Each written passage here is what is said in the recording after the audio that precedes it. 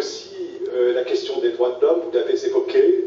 Est-ce que vous avez abordé très directement, est-ce que vous avez pu progresser sur un certain nombre de sujets? Je pense par exemple au Français Yann Barbereau ou au journaliste russe Roman Souchenko. Merci. Sur ce sujet, je laisserai le président Poutine me compléter comme il le souhaite. Sur le premier point, il ne m'appartient pas de commenter la visite de Madame Le Pen au mois de mars dernier. Moi j'ai un principe simple. Les élections, c'est le peuple souverain qui en décide. Le peuple souverain n'a pas donné raison à Madame Le Pen en France. Le reste, ça n'est même pas de la littérature. Pour citer de manière détournée le poète.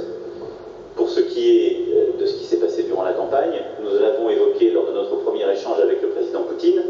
Et enfin, moi je n'ai jamais considéré que ni la vie politique ni la diplomatie ne consistait à commenter soi-même des éléments de thermodynamique ou de chimie personnelle.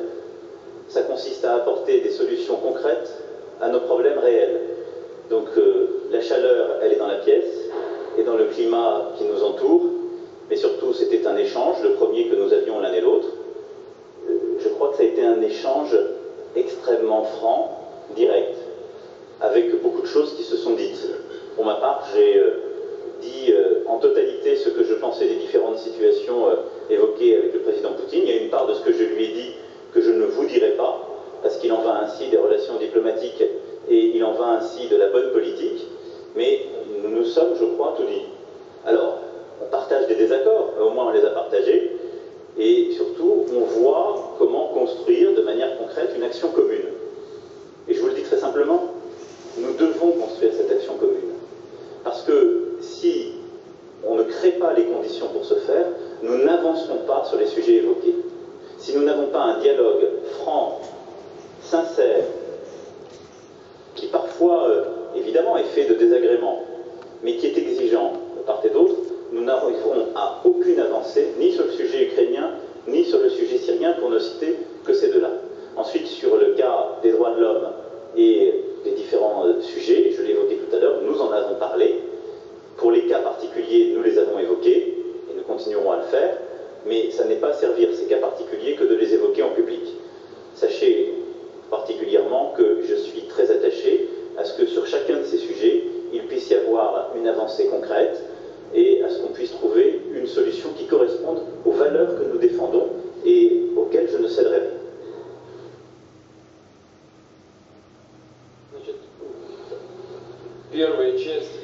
Alors, la première partie, ou plutôt la deuxième partie de votre question par rapport à des hackers russes, je voudrais attirer cette attention qui est la vôtre envers la formule qui a été trouvée pour cette question. Du moins, la traduction a été la suivante. Vous avez dit, on dit que peut-être la Russie aurait-elle s'ingérer dans les élections françaises.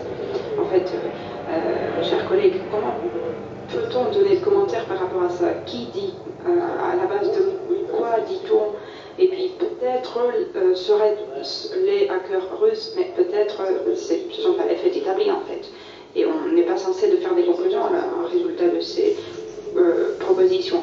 Peut-être les mass médias peuvent se permettre de faire des conclusions à la base de tels points de vue, mais c'est en fait pour ça que la presse existe, le mass média existe, pour faire parler de certaines opinions, mais en revanche, les hommes politiques ne sont pas là pour faire des conclusions à la base des propositions qui ne sont pas prouvées par rien. C'est la première partie de votre question. Et la deuxième question par rapport à cette réception de Madame Le Pen qui a été organisée à Kremlin, mais en fait, ce ne sera pas surprise pour vous que de dire que ça n'a pas été sa première visite à Kremlin. Elle a été accueillie à Moscou à plusieurs reprises. Et si l'on parle toujours de l'identité des peuples européens, de renforcement de la souveraineté des pays européens, c'est toujours important pour tout le monde et elle en parle, bien sûr qu'elle a raison d'en parler. Peut-être que ma position n'est pas la même que la position de certains de mes collègues européens, mais en revanche je l'ai toujours évoquée d'une manière très franche et en fait c'est pour cette position qu'elle a été intéressée de venir me voir. Et en plus, on est en Russie ouvert à toutes sortes de contacts et nous sommes prêts à accueillir tout le monde, mais tout le monde. Et si Madame Le Pen nous a demandé de nous rendre visite, alors pourquoi pas ne pas accueillir? Et d'ailleurs, ce qui est surtout important pour nous, que depuis toujours, mais depuis le rapprochement des relations avec la Russie. Alors ce serait même bizarre et étrange pour nous que de renverser cette main qui était tendue en notre faveur. Et je vous assure que nous respectons hautement les personnalités politiques européennes qui recherchent la coopération multi-horizontale, multipartite avec la Russie. Alors pourquoi nier cette rencontre? Ça serait bizarre. Et en plus, bien sûr qu'on se donnait toute image parfaite de la situation politique en France, bien sûr qu'on suivait tous les sondages, on suivait la situation, la perception des Français par rapport à leurs candidats. On voyait très bien quelle est la personne qui serait élue, qui serait choisie par la majorité des Français. Bien sûr qu'on comprenait tout ça, mais en même temps, pourquoi nier une rencontre à une personnalité qui est intéressante pour nous? Et bien sûr qu'on se basait sur les intérêts fondamentaux de la Russie et de la France, aussi bien que nous allons le faire toujours avec Monsieur le Président dans nos activités futures.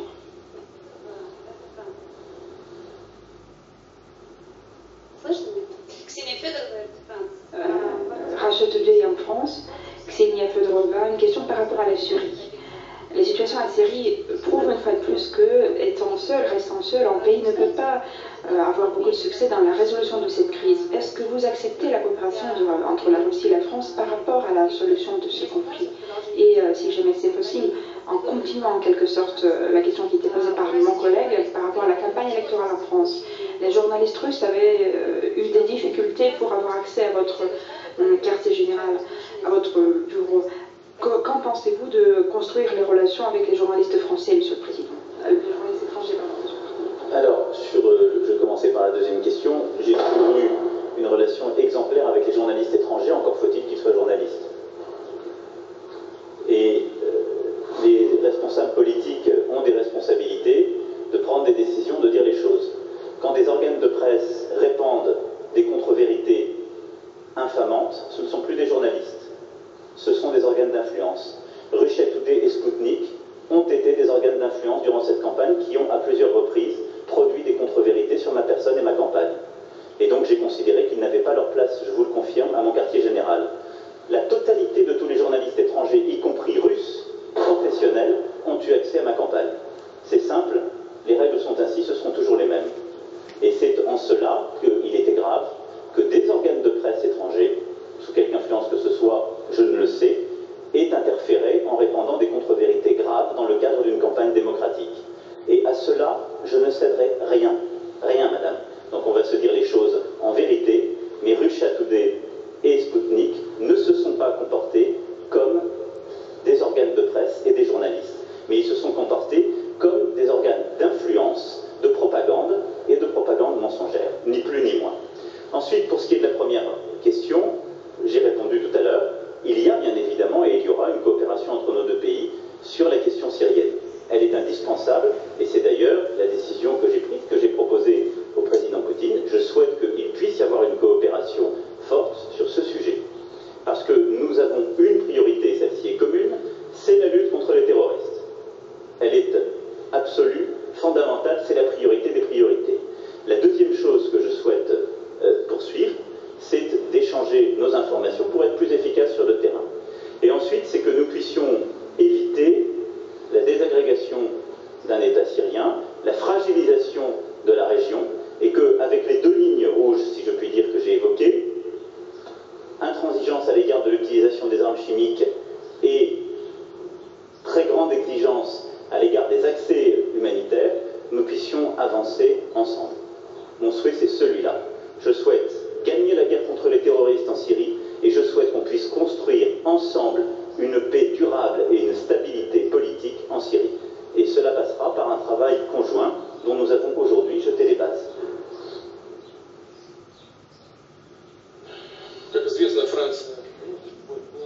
Comme vous savez tous, la France apporte une contribution dans la lutte contre le terrorisme dans le cadre de la coalition internationale guidée par les États-Unis d'Amérique.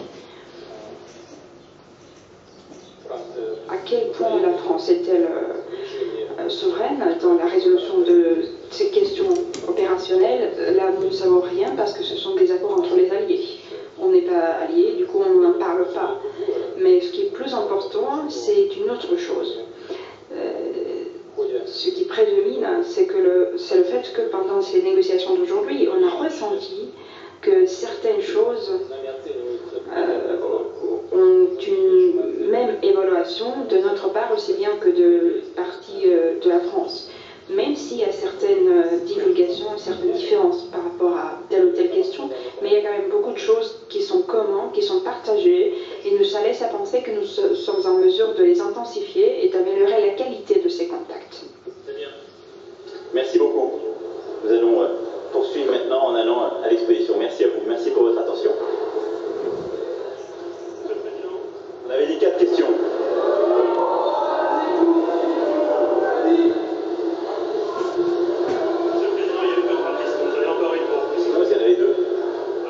Alors allez-y, une des dernières. Oui. Bertrand Galichet, France Inter.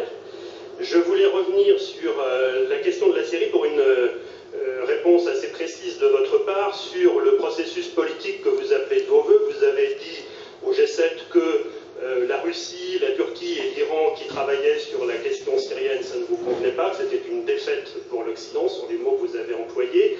Est-ce que dans ce cadre-là, vous envisagez une reprise du dialogue politique avec l'État syrien, puisque vous voulez conserver un État et éviter le chaos? Est-ce que, par exemple, vous êtes prêt à rouvrir notre ambassade à Damas? Première question. Deuxième question concernant l'Ukraine.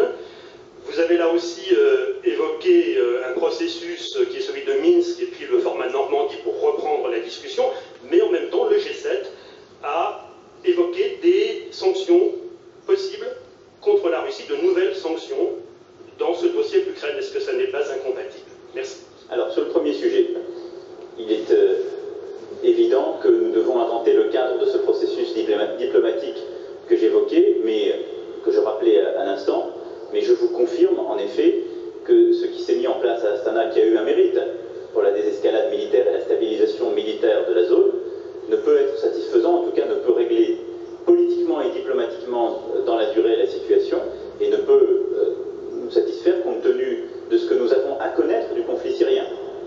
C'est-à-dire des groupements terroristes qui nous frappent et dont nous sommes l'une des cibles prioritaires, et dont nous avons connu directement les conséquences, et d'autre part, un pays d'où sont partis nombre de migrations qui ont profondément bousculé l'Europe.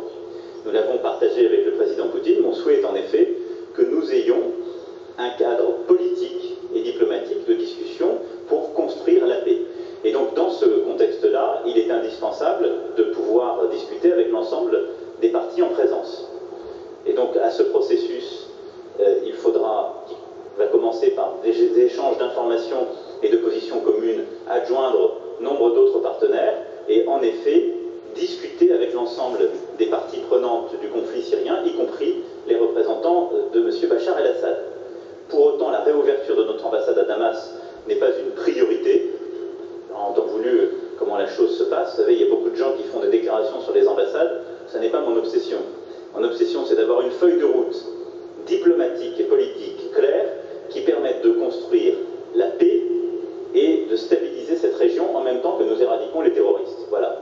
Donc il y aura derrière beaucoup de pragmatisme, mais je rappelle les deux exigences que j'ai posées. Il n'y aura aucune faiblesse s'il y a quelque utilisation que ce soit d'armes chimiques, une riposte immédiate, et il y aura à chaque fois la recherche de toutes les solutions humanitaires et des accès humanitaires dans tous les théâtres d'opération qu'il impose. Donc ça c'est sur le sujet syrien, et c'est ce sur quoi nous travaillerons les prochaines semaines et les prochains mois. Sur le sujet ukrainien, je vous confirme qu'à ce stade, G7 a eu des propos qui n'excluaient pas une escalade si besoin était. Mon souhait, ce n'est pas qu'il y ait une escalade. Mon souhait, c'est que nous arrivions dans le cadre des accords de Minsk à, au contraire, trouver les solutions et à ce que, côté ukrainien et côté russe, il y ait une désescalade, compte tenu de tous les détails et toutes les situations que nous avons ensemble évoquées. Et donc, dans ce contexte-là, nous allons, dans les prochains jours ou les prochaines semaines, avoir une discussion en format Normandie qui permettra de faire une évaluation complète de la situation. Et c'est aussi pour cela que nous avons souhaité qu'il puisse y avoir un rapport préalable de l'OSCE qui exprime aux 4 parties prenantes la réalité, en particulier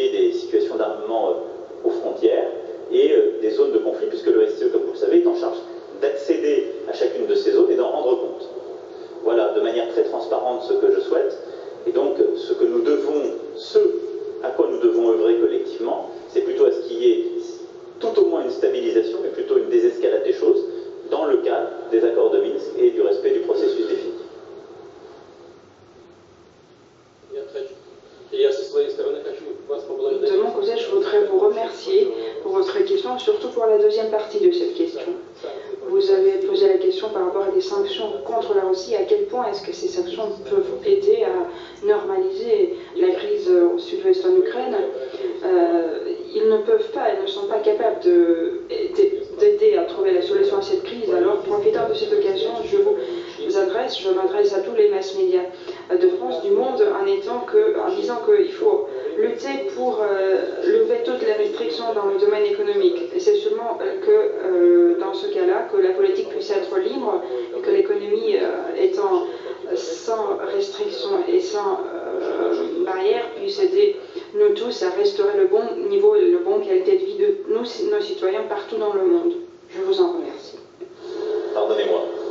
Merci beaucoup. Vous en avez 4. C'est bon. Merci. Vous êtes bien passé. Merci à vous. Entre Vladimir Poutine et Emmanuel Macron sur ce plateau nous a rejoint.